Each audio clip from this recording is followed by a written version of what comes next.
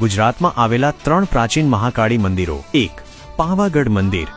પાવાગઢનું મંદિર એક પવિત્ર તપોભૂમિ માનવામાં આવે છે, જ્યાં મહર્ષિ વિશ્વામિત્રે વર્ષો સુધી તપસ્યા કરી હતી।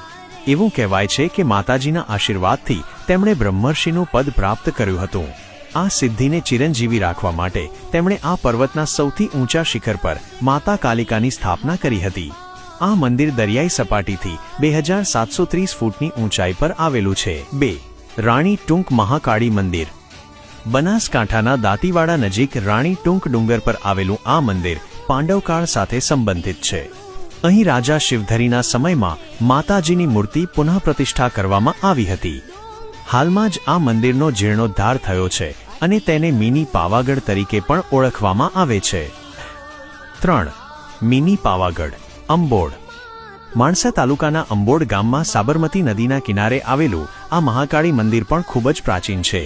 અહીં પ્રાચીન મંદિર ઉપરાંત હાલમાં જ એક નવું ભવ્ય મંદિર પણ બનાવવામાં આવ્યું છે। આ સ્થળ દૂર દૂરથી આવતા ભક્તો માટે આકર્ષણનું કેન્દ્ર છે અને અહીં ભોજન પ્રસાદની પણ વ્યવસ્થા છે। આવી રસપ્રદ માહિતી જાણવા માટે અમારી ચેનલને સબસ્ક્રાઇબ અને ફોલો કરો।